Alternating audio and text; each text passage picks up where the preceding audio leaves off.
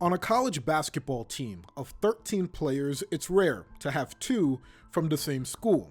For Toledo, two of its most productive came from University of Detroit Jesuit High School. They were all about winning. They were all about team. It's the Rockets' backcourt of Sonny Wilson and Leroy Blyden Jr. A lot of schools that had great interest in Sonny because of his competitiveness and because of his abilities. I think that kind of wore off a little bit on Leroy too. Blyden Jr. took the varsity stage as a sophomore.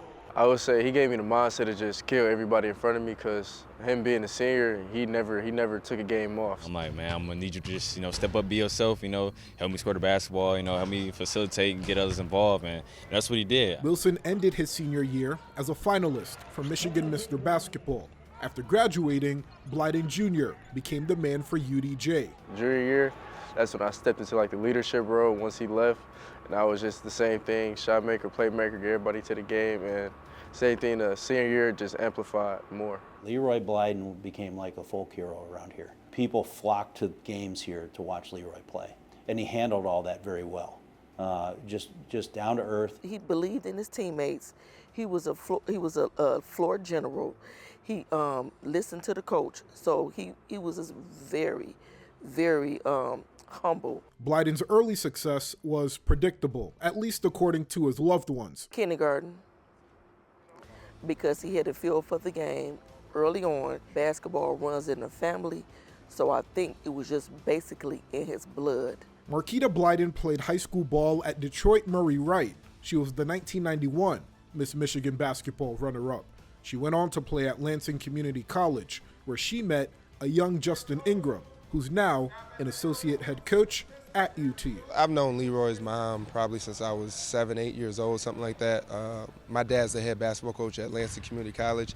And in the early 90s, her and her twin sister, they both played on the women's team and stuff like that. So, shoot, I've known her since I was a kid. As Ingram and the Rockets were recruiting Wilson, Blyden Jr.'s mom made sure they took a good look at her son as well. They hadn't seen her in years and everything, and she told me, she was like, hey, you got to come over and check my son out. And she was like, he's number 2. So I went and looked at him, and he was a small, skinny kid and everything, but he had a super talent. He could really play. Thumbs up, like, hey, thanks for looking at him. Hope he did well. Hope you liked him. Hope you're still recruiting him. Getting an offer to play at UT also allowed Blyden Jr. to potentially reunite with his former teammate. He didn't pressure me to come here, so he was like, he just helped me anything I had to ask about Toledo, and he kept it real. I'm not going to tell you what to do. I'm just going to give you my best opinion on what I think is good for you. Making this decision. He called me probably like a week later, like, man, I'm coming.